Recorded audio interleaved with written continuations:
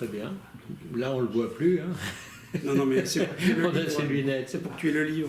Oui, non, très bien. C'est bon. Là, c'est bon. Auteur On y Michel. va.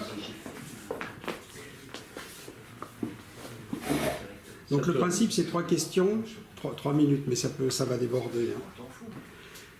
François Morel, bonjour. Merci d'accorder un interview au Facebook GLNF officiel.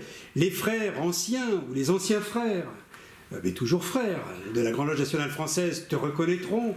Nous t'avons bien connu à la fin des années 90, quand tu déjà dessinais, illustrer la Gazette, notamment la Gazette d'Île-de-France, et puis aussi pour l'œuvre d'assistance fraternelle avec notre regretté frère Antoine Jankovic, passé à l'Orient éternel. Tu illustrais pour l'œuvre d'assistance fraternelle, l'OAF, et toutes les publications de cette œuvre charitable née en 1919.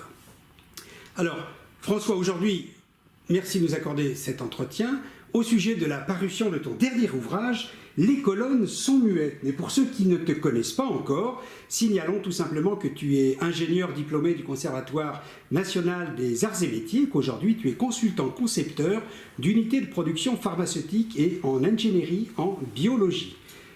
Voilà.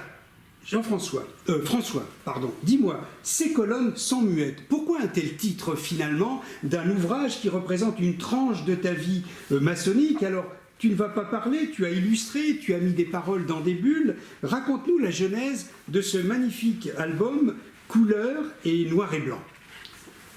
Généralement, les colonnes sont assez bavardes et j'ai trouvé que le fait,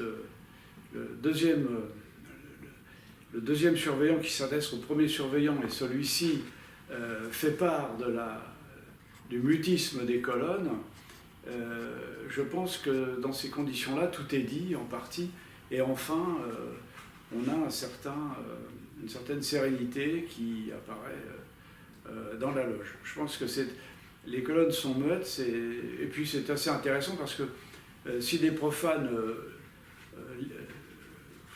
lisent ce titre, ils vont vraiment se demander ce que ça veut bien vouloir dire, si ce n'est pas des colonnes qui sont muettes, des colonnes doriques qui parlent, des choses comme ça.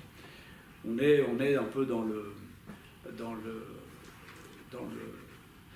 Est-ce que tout passe ou il y a certaines coupures? Jean-Luc fera les coupures. Bon, alors en même temps, je vais vous faire un truc off sur les colonnes sont muettes. Ce qui m'a inspiré, c'est au deuxième degré, là c'est entre nous, pour écrire ce titre, Les colonnes sont muettes. C'était l'histoire d'un...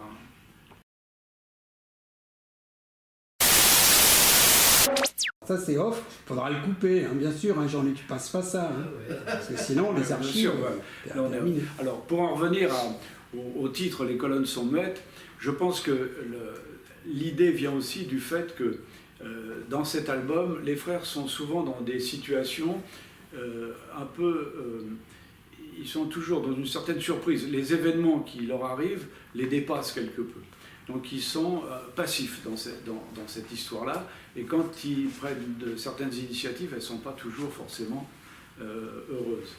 Voilà ce que je voulais dire à mes personnages dans cet album, c'est-à-dire rien. En fait. Alors justement, un album de presque 100 pages, quel est le message que tu as voulu faire passer, puisqu'à la fin tu abordes aussi les ordres de sagesse. Alors est-ce que c'est un album vraiment sage? Alors, bien sûr, les ordres de sagesse, ça arrive sur le tard. Bien sûr, c'est comme les dents, je l'ai écrit, c'est-à-dire que ça arrive sur le tard et on ne sait pas très bien à quoi ça sert. Mais en tout état de cause, on appelle ça les hauts grades. Et puis on s'est dit, ça fait un peu pompeux, les hauts grades, c'est plus haut que... Donc on a appelé ça des ordres de sagesse. Effectivement, si on était dans la réalité des choses, il n'y aurait pas beaucoup de membres. Mais en fait, cet album, je l'ai fait au fur et à mesure. J'avais pris différents plateaux et la plupart de ces croquis sont pris sur le vif. Donc la plupart ne sont pas inventés ni amplifiés, ils sont seulement illustrés. Ce sont des situations que j'ai illustrées et la plupart des textes où je fais dire quelque chose à mes personnages ont été absolument authentiques. Par exemple, j'ai vu apparaître des frères qui arrivaient en retard et demandaient aux surveillants si c'était commencé.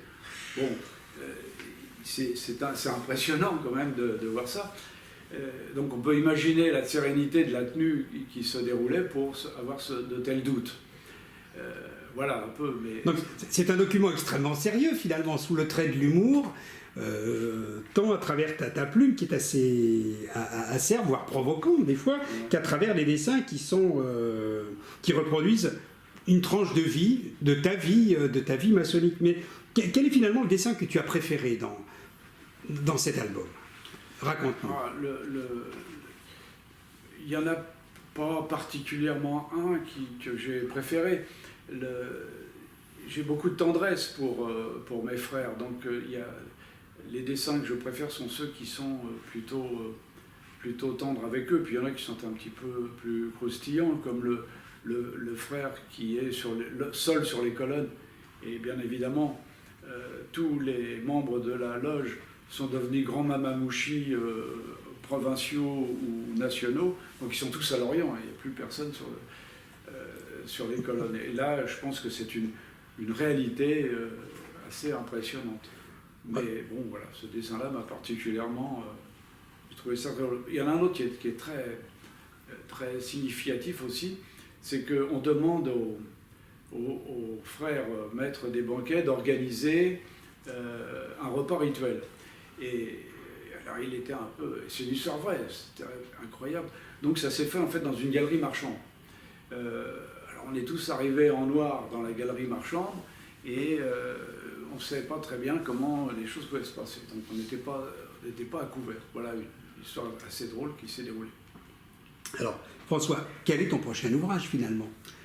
Il n'y a pas de... Je ne travaille pas sur commande en fait. Donc tant que je serai assidu à ma loge et que je voyagerai un peu, il y aura une source d'inspiration qui se réalisera. Le jour où je prendrai un peu plus de recul dans les tenues maçonniques, il y aura moins de dessins. Ce n'est pas des mémoires. Je ne fais pas un album où, comme on écrit ses mémoires après avoir vécu plein de choses. Là, l'inspiration se fait toujours dans la réalité des choses. Voilà. Alors nous souhaitons une longue vie maçonnique, une longue et belle participation à tes prochaines tenues et reviens-nous toujours avec autant d'humour pour nous livrer de nouvelles aventures. Merci. Écoute, merci beaucoup Lionel. Voilà. Je peux illustrer avec une ou deux planches Oui, sauf que là, j'ai pas réussi à l'éteindre. Alors, je voudrais pas éteindre et tout couper. Mais non, parce que... Ouais, non, mais je... Ah non, moi, je sais pas l'arrêter. Hein. C'est pas bien. Jean-Luc, il faut que tu viennes me... Tu appuies ou t'appuies. Ah ben, j'arrête pas. Hein. Tu n'arrêtes pas d'appuyer, ça m'a... Ah oui, là, ici, peut-être.